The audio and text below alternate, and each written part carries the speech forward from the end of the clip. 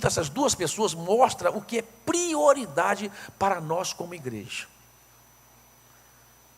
O primeiro, ele descendo para Jerusalém, ele encontra quem? Bartimeu. Bartimeu à beira do caminho gritando. Na verdade, já Bartimeu queria saber, o que está acontecendo aqui? Que barulho é esse que eu estou ouvindo de uma multidão vindo para mim? Aí fala, é Jesus, o filho de Davi. E Jesus, Bartimeu, peraí, é aquele Jesus que estão dizendo aí, que tem poder para abrir os olhos do cego? É ele mesmo. Então Bartimeu começou a gritar, Jesus, filho de Davi, tem compaixão de mim. Jesus, filho de Davi, tem compaixão de mim. E tentaram calar Bartimeu, mas ele gritava mais alto ainda, Jesus, filho de Davi, tem compaixão de mim, porque eu vou perder essa oportunidade? De jeito nenhum. E ele usou o único recurso que ele tinha, que era a sua voz. Tentaram calar, mas ele não calou. Jesus mandou chamar Bartimeu. Bartimeu, o que queres que eu te faça? Amados, aquele homem, e a Bíblia chama de Bartimeu, e a Bíblia menciona o nome, e quando a Bíblia menciona o nome de alguém, é porque existe uma história por detrás daquele nome. Havia uma história por detrás do nome Bartimeu. Bartimeu, filho de Timeu, diz quem era o seu pai. Timeu, pai de Bartimeu, foi um grande general de Israel. Joséfo conta a sua história, e ele foi morto pelo Império Romano, porque ele tentou lutar contra o poderio do Império Romano. E Timeu, pai de Bartimeu, foi crucificado. E os romanos tinham uma tática, né? Ele matava os que faziam revolução, e vazava os olhos dos filhos daqueles que fizeram a revolução. Aquilo tornasse um outdoor, né? Todo mundo que olhava um cego disse, isso aí, o pai dele foi um revolucionário. Isso acontecerá com todos os filhos daqueles que se levantarem contra o Império Romano. Era uma propaganda para o Império. Então, atrás daquele homem tinha uma história. Aquele homem Bartimeu, amado, aquele homem Bartimeu, um dia ele sentou numa mesa, um dia ele tinha comida farta, um dia ele tinha cama para dormir, mas ele perdeu tudo isso, ele ficou pobre à beira do caminho, mendigando.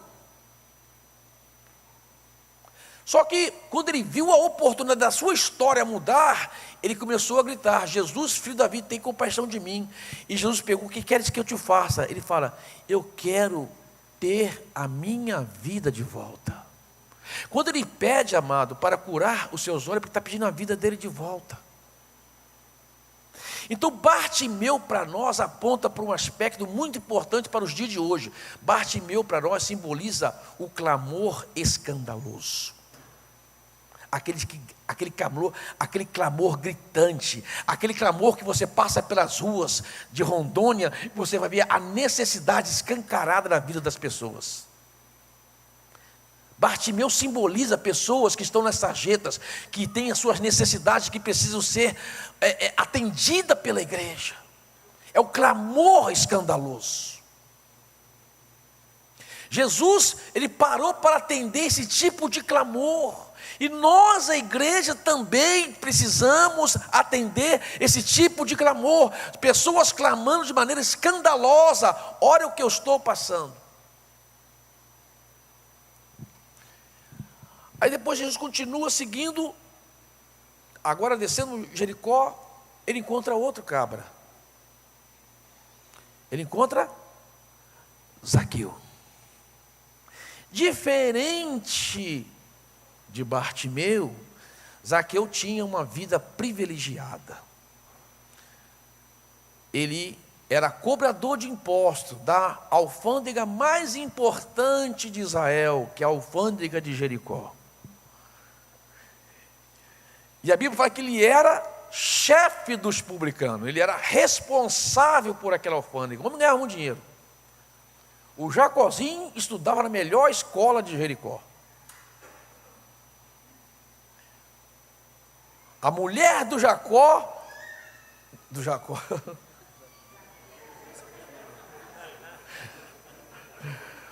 Jacozinho, filho de Zaqueu, né? Eu botei o nome do rapaz de Zacozinho, é o Zaqueuzinho. A mulher de Zaqueu cabelo bem feito, chapinha, unha pintada.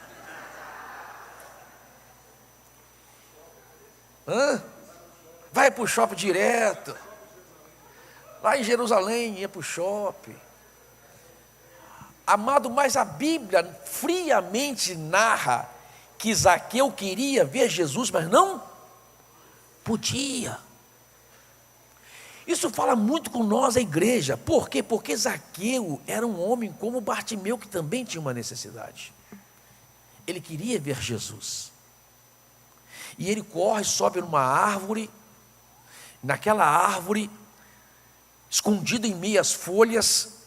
E eu fico pensando, não sei você, mas eu gosto de passear na Bíblia. Eu fico pensando, né? Quem aqui já subiu uma árvore? Atualmente.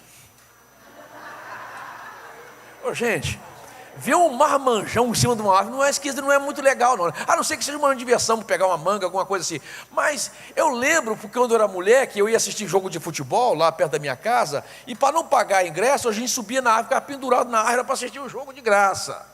Mas era moleque. Agora imagina eu nessa idade pendurado numa árvore para assistir um jogo, meu irmão.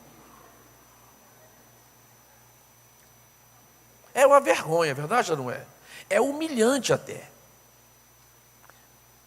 Você subir numa árvore, na sua chácara, no seu sítio, com a sua família, pegar uma manga e tal, né? É uma coisa. Agora você subir numa árvore por causa de uma necessidade de ver alguém, é humilhante. Então aquele homem teve a disposição de se humilhar para ver Jesus.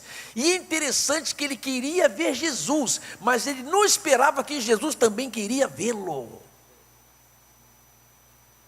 Isso é impressionante. Quando Jesus passa naquela árvore assim, Zaqueu, desce depressa, cara. Eu quero hoje ficar na sua casa. Acho que Zaqueu caiu da árvore. Como que ele sabe sobre a minha vida? Como ele me conhece? Como ele sabe que eu estou aqui? Amado, Zaqueu vai com Jesus para a casa dele, leva Jesus para a casa dele, vai lá, né, acende a churrasqueira, põe a picanha para assar, chama os seus amigos, senta à mesa, porque, amado, Jesus é tremendo, né, rapaz? Jesus fazia milagre comendo picanha. É impressionante. Jesus na mesa do Zaqueu fez um milagre. O homem se converteu. Você quer milagre maior que esse? Um publicano se converter. E Jesus era especialista em se converter comendo alguma coisa, né? Ele gostava de fazer isso. Multiplica os pães aí. Comida era com Jesus. Ele sempre falou, né? Vai chegar um tempo que vocês vão jejuar. Agora não precisa jejuar não, que eu estou aqui. Jesus sentou na mesa com Zaqueu e disse assim. Zaqueu levantou, eufórico. Já ficou eufórico na presença de Jesus? Eu já fiquei. Uma vez, lá em Sertãozinho, foi um grupo de Pires do Rio, um grupo de música lá, e eles vão pregar. Eu estava tão empolgado com aquela presença daqueles caras. Tinha ouvido a mensagem do dia anterior, estava comendo a palavra, estava tão animado assim, com aquele movimento que estava tendo lá na igreja. Eu estava tão animado que um cara bateu na porta da minha casa para pedir esmola. Eu fui lá, dei uma compra inteira para ele. Eu fui na despensa e fui pegando coisa, porque eu estava animado com Jesus. Amada, pessoa animada com Jesus, ela não pensa nessas coisas. Eu dei uma compra inteira, o cara ficou assim, o que aconteceu com esse cara? Que casa certa que eu bati hoje. Mas aí que interessante, eu não fiz por causa dele, eu fiz por causa de Jesus. Eu estava muito empolgado com Jesus. Aí Zaqueu levantou nessa empolgação, né? Depois não sei se ele pensou, o que eu fiz? Mas ele levantou e disse, hoje eu resolvo dar metade dos meus bens aos pobres. Se defraudei alguém, restituo 4 vezes mais. Jesus parou, botou o garfo, olhou para a picanha, aí olhou para Zaqueu e disse, hoje houve salvação nesta casa. Hoje houve salvação nessa casa. Gente, o que eu quero dizer para vocês é o seguinte, que a primeira prioridade para Jesus é gente. A nossa primeira prioridade nunca deve ser outra coisa a não ser gente. Igreja que se preocupa com gente sempre vai ser igreja. É uma tecla que eu bato muito. É isso. Nós estamos aqui por causa das pessoas. Tudo que a gente faz é pensando nas pessoas. Agora eu mandei fazer uma cafeteria na igreja. Já vamos fazer esse ano uma cafeteria lá. O meu sonho é colocar um Starbucks lá, mas fala que não pode, mas tudo bem. Mas vou fazer uma cafeteria lá. O meu sonho, amado, é ter um lugar onde as pessoas chegam e se sintam bem. Eu faço as coisas por causa das pessoas. Lá na nossa igreja, por exemplo, as pessoas, nós não reconhecemos os visitantes na igreja. Sabe por quê? Nós temos um lugar especial para o visitante. Tem um lugar lá que ele chega, está lá, é a sua primeira vez aqui, seja bem-vindo, vem aqui. E ele recebe uma sacola, desse tamanho assim, uma sacola com logotipo da igreja, ali tem garrafa d'água, ali tem um CD, ali tem um panfleto da igreja, é uma sacola. Então aquela pessoa, sai com aquela sacola na igreja, a gente faz 3 cultos por domingo, né? E graças a Deus 3 cultos cheios, só o da tarde está começando a encher agora. Mas a pessoa sai no meio da igreja assim com aquela sacola, ó. Fique de pé, o Antônio. Eu sou visitante. Você viu com a sacola, o Antônio é da igreja. Ele viu com a sacola, o que ele faz? Já me abraça. Já sabe, porque está com um alvo na mão. A sacola é um alvo. Eu não preciso reconhecer os visitantes da igreja. Ele já recebe mais de 50 abraços. Ele fica assim, por que todo mundo está me abraçando? Ele não sabe que está carregando um alvo. Por quê? A gente tem que aprender. Às vezes o cumprimentar, às vezes ele manda, é a primeira vez, levanta aí, manda uma salva de palmas para ele. O cara fica todo tímido. Tem gente que vai encolhendo na cadeira, vai encolhendo. Não precisa, você pode honrar a pessoa e fazê-la sentir em casa, até com estratégia nova. Eu tenho o meu filho Pedro Paulo, ele pensa 24 horas por dia o que vai fazer para as pessoas se sentirem bem na igreja. Porque a igreja é gente. Igreja não é parede, não é cadeira. Esse dia chegou um cara para mim, e hoje chega muita gente, né, lá. Pastor, eu posso marcar uma hora com o senhor? Pode.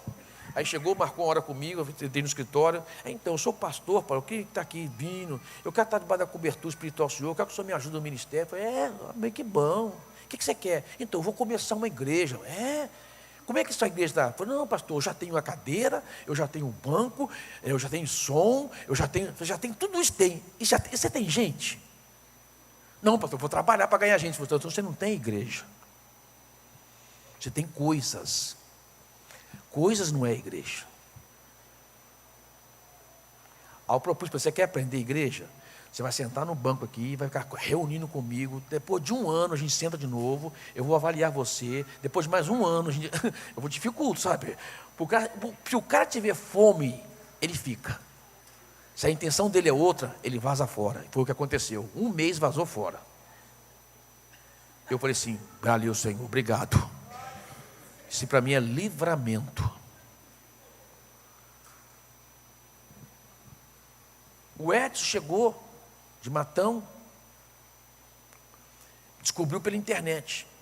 Pastor Paulo, me identifiquei demais com o seu ministério, com a sua igreja. Estou aqui. Ele tremia para conversar comigo. Eu sentei com ele. Aí de cara, o Espírito testifica, né? De cara eu percebi assim, cara, esse menino é de Deus. Mas mas eu vou testar ele. Foi o seguinte, você vai abrir mão de tudo que você tem hoje. Você vai começar uma célula na sua casa, em Matão. E eu vou abençoar você e você vai trabalhar fazendo essa célula. Ele começou a célula, meu irmão. Começou a célula ano passado. Abriu mão de tudo, até de trabalho. É uma história muito detalhada, mas não vou contar para você aqui agora, mas ele abriu mão de tudo. e começou a célula. Mês passado inauguramos a igreja de Matão com quase 200 pessoas. Menino voando, mas apaixonado por gente. A gente tem que procurar gente apaixonada por gente. Zaqueu representa para nós o clamor silencioso. Aquele clamor que você não escuta. Aquele empresário que chora no travesseiro, que você vê ele com um carro novo, você vê ele morando numa mansão, você vê ele andando, comendo no shopping center e acha, esse homem não precisa de Jesus. Esse homem não tem necessidade de Jesus, mas há um clamor silencioso. Há uma necessidade. Quando eu aprendi isso, eu percebi isso, como tem ganhado pessoas que está nesta classe. Aí você vai ver que ela tão carente de Deus, tão necessitada de Deus, tão precisando de Deus, como aquele que drogado, aquele que é problemático. A necessidade é a mesma, gente, de Jesus. É que um é um clamor escandaloso, o outro é um clamor silencioso. E nós temos que estar atentos aos dois tipos de clamores, para atender a necessidade das pessoas, ouvir as pessoas. Então, o que eu quero hoje compartilhar com vocês aqui é sobre isso. Igreja precisa estar atenta à necessidade das pessoas. Amanhã eu vou abrir um tempo para vocês perguntarem algumas coisas sobre igreja, para a gente, porque eu quero ver quais são as necessidades que a gente pode tentar ajudar, tá? Um tipo de walkout, né? Aqui de perguntas, a gente pode até pensar nisso, né? Mas algumas coisas nós estamos fazendo em Ribeirão Preto que está trazendo um resultado tremendo. Por exemplo, uma das coisas que nós estamos aprendendo, aí talvez seja por causa do estilo da nossa cidade, é ter um culto reduzido. O nosso culto não é um culto longo, até porque nós fazemos 3, mas mesmo assim não é só por conta disso, é por causa da necessidade das pessoas. As pessoas hoje têm muitas necessidades. As pessoas hoje, o tempo delas são reduzidos, e elas precisam de tempo para a vida delas. A pessoa trabalha a semana toda, trabalha sábado até as 4 horas da tarde, meio-dia, chega sábado, ela tem que passear com a família, tem que ir no aniversário de tal, e ela quer ir no culto, mas ela sabe, eu vou no culto, é 3 horas de culto, aquela irmã vai dar um testemunho, vai ficar 1 hora falando.